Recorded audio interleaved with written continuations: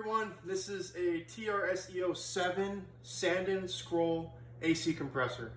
This fits your 2008 to 2011 Honda Civic 1.8 liter.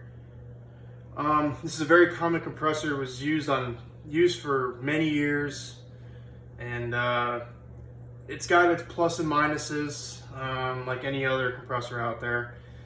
This main issue with these compressors is clutch failure, but I was wanting to explain the AC compressor itself, so I don't see too many videos out there that show the different types of compressors, and I want to start with this one because it's a very common one.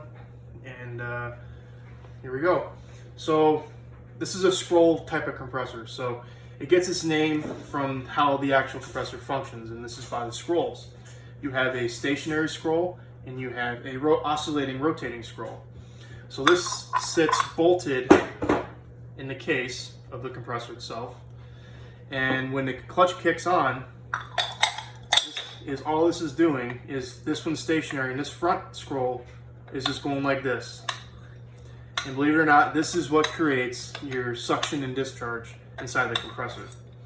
Now, inside the scrolls you have wiper rings, which are these little basically plastic nylon pieces that go inside the stationary scroll and the oscillating scroll. And I like to describe these as like your piston rings for your engine or something like that. So those are what create the suction and discharge inside the compressor. And the reason why they use it is because it really is a very low friction type of compressor. This is the type of compressor that they're using in the hybrids now today. And the reason why is it doesn't take a lot to make these move, which is why they've been used for years, basically when they were trying to figure out fuel economy. And because it's less resistance on the motor, less of a load. So that's the scrolls of the compressor. And this is the nose. Okay, this is what your clutch mounts onto, and this is what mounts to the case of the compressor like this. Okay. Now, what goes into the nose is you got your shaft with a counterweight on it, and that just goes in there like that. It's not a press fit or anything like that.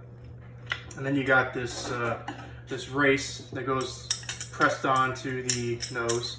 And between this race and the scroll, you have these 16 balls. Now, what the balls are in there is it's what helps move the scroll on the nose of the compressor. I know it sounds like a lot, but that's how it works.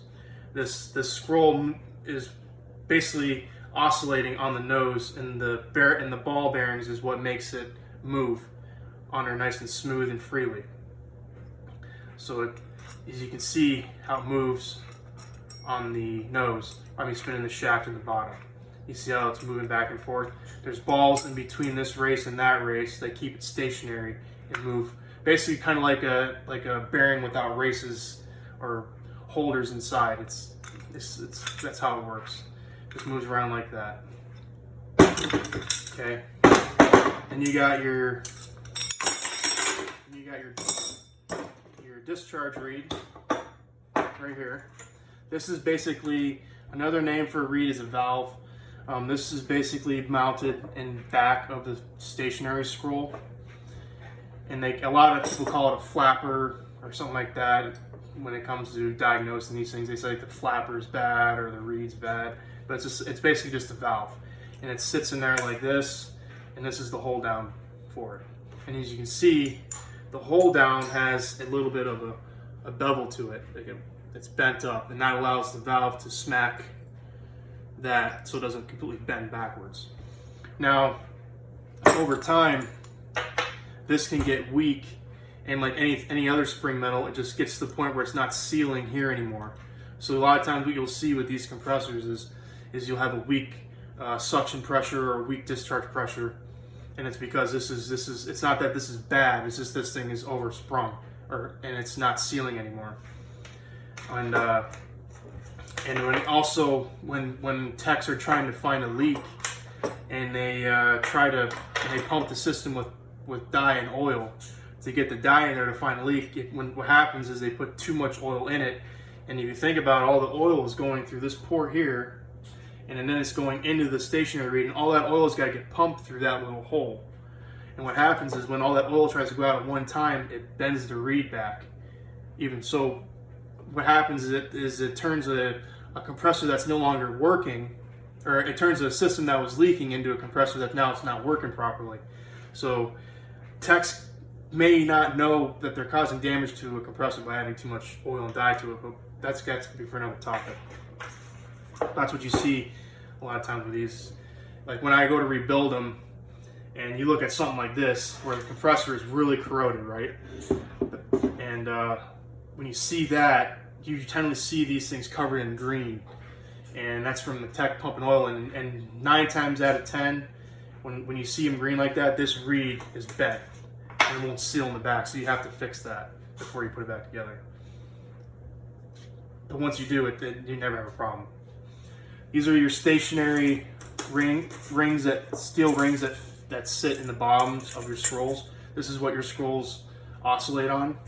As you can see, they get a lot of wear. That's not bad wear. That's just surface wear. It's like stained into the steel. It's not really gonna hurt anything. Now this one, you can see where it was getting a lot. This one needs to be replaced.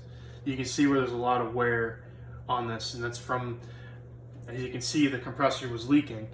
And from that, a lot of times customers will go to Walmart or Advanced Auto Parts, and they'll get the cans the AC Pro cans that you just push the Freon in there so they can get a quick charge to get back going and have cold AC. But what they don't realize is all that oil is being pushed out of spots where it's corroded or it's got a leak, and over time the oil dissipates from inside the compressor, and then you start seeing that, and that's from constant recharging of the system and not adding oil at the same time.